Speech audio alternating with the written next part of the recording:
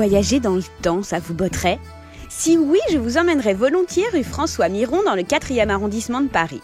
Je commencerai par vous dire que cette rue du nom de l'ancien prévôt des marchands d'Henri IV correspond à une ancienne voie romaine du IIe siècle qui reliait Lutèce à Mélodanum et Agedincum, respectivement Melun et Sens aujourd'hui.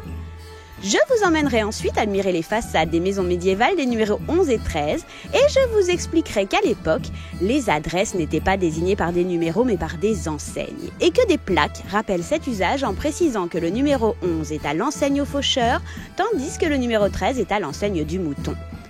J'attirerai aussi votre attention sur la confection de ces maisons.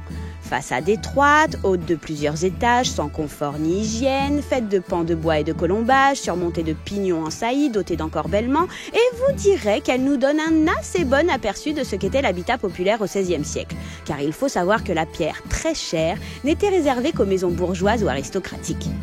Je vous raconterai enfin leur histoire en vous disant qu'en 1508, le propriétaire du numéro 13 dut, par ordonnance royale, écrêter le pignon de sa maison jugé trop dangereux et qu'en 1607, toutes les façades des maisons de ce type furent dissimulées sous de l'enduit afin de limiter les risques d'incendie.